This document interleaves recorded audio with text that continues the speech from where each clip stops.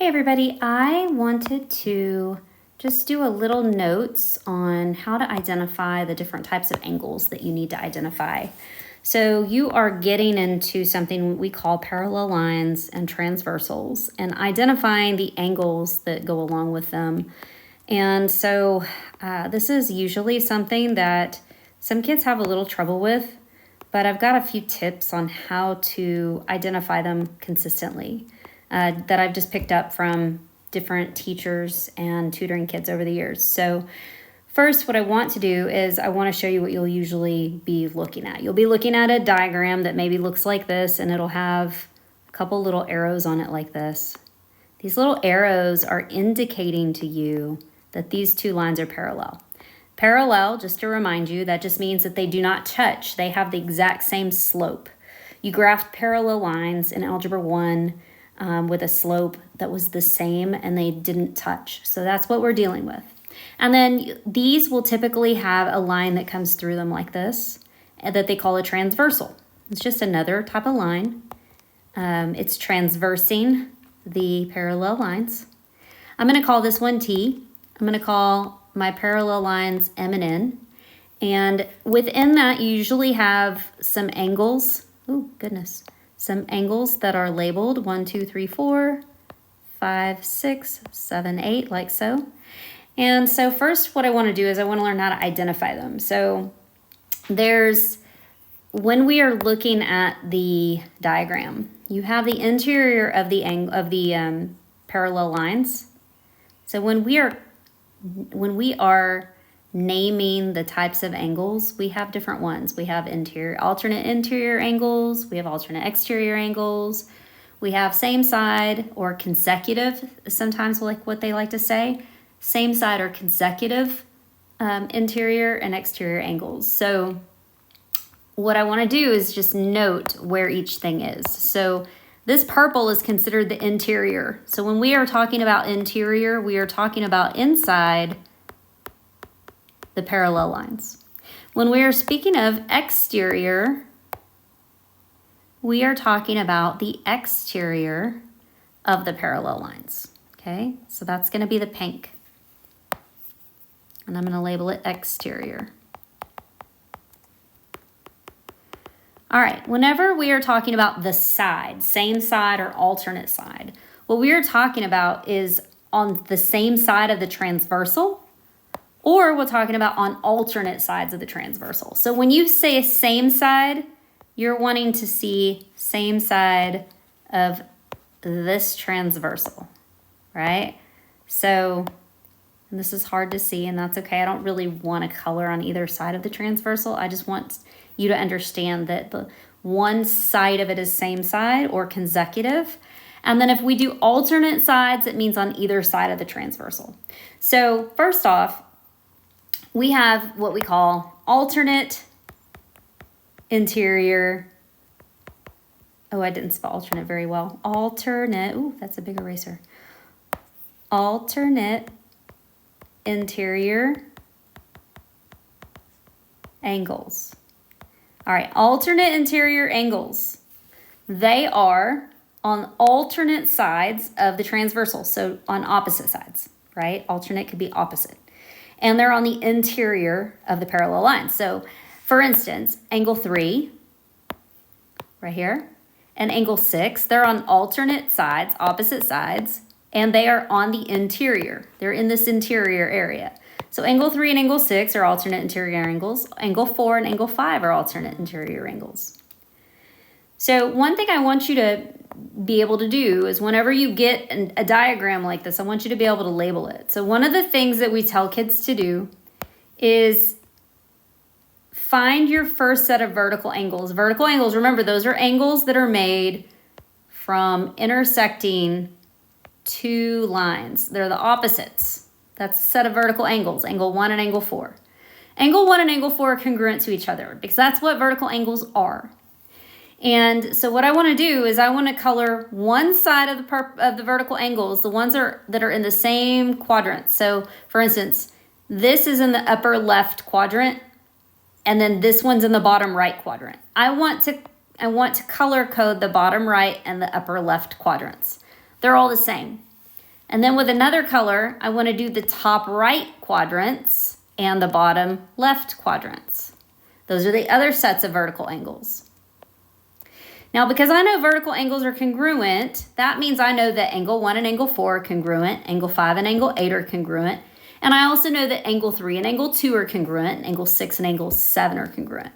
So what I'm looking at now allows me to identify the angles in their measure. I know that angle 1 and angle 4 are congruent because they're both pink. Angle 5 is also congruent to angle 8, and guess what? Angle 1 is congruent to angle 5, angle 4 is also congruent to angle 8. So all the pink angles are congruent to each other. Similarly, all the blue angles are congruent to each other. Angle 2 is congruent to angle 3 because they're vertical angles. Angle 6 to angle 7, they are also vertical angles. And then, of course, angle 3 and angle 7 and angle 2 and angle 6 because they're all blue. Now, the reason I point that out is because when you have the same color, you know they are congruent. If you have to compare two that are different colors, so for instance, if you're comparing angle 1 and angle 2, well, angle 1 is a pink one and angle 2 is a blue one. That means they are going to add to be 180. They make a linear pair. So if you need a shortcut to help you remember which ones add up to be 180 and which ones are equal to each other for when you set up your equations, this is a really easy way to do that. So now back to our labeling. So our alternate interior angles are going to be angle 3 and angle 6 because they're on the interior of the parallel and they're on opposite sides. So I'm going to say angle 3 and angle 6.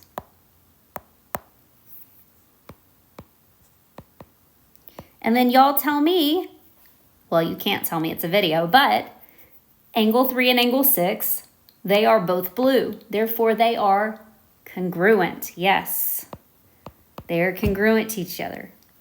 So what I could just write is the congruent symbol in between them.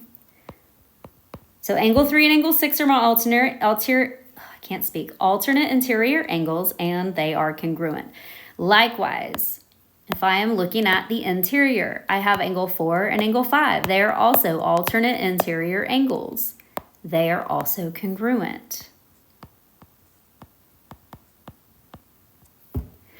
Now, I also have alternate exterior angles. So if I go to the exterior of the parallel lines, I'm looking at angles that are on the exterior that are on opposite sides of each other. So 1 and 8, 2 and 7.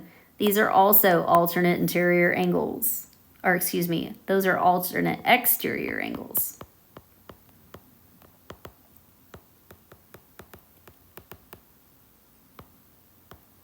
Okay, so we have angle 1 is congruent to angle 8 because they're pink, right?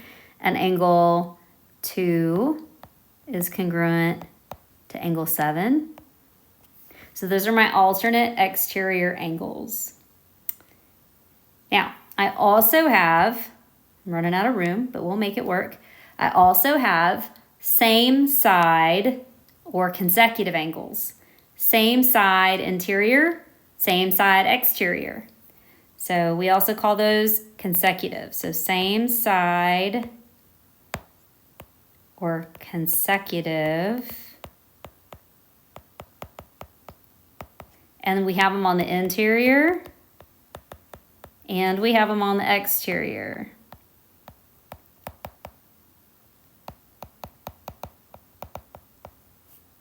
Call them consecutive. Consecutive just means they happen one right after the other. Okay, so those are going to be exterior. So I'm doing the ones on the right first. So exterior and same side. So angle 1 and angle 7. Angle 2 and angle 8. Now, those are not the same color. Or excuse me, angle 1 and angle 7. I said that wrong. Angle 1 and angle 7. Angle 2 and angle 8. These add up to 180. They're supplementary. They're a linear, well, technically they're supplementary. They're not a linear pair.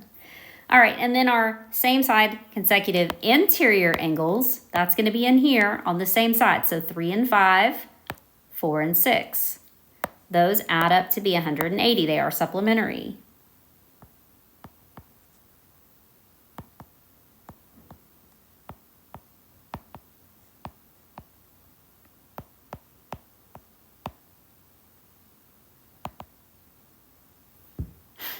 And then last type of angles, and I got to find some room here, are our corresponding angles.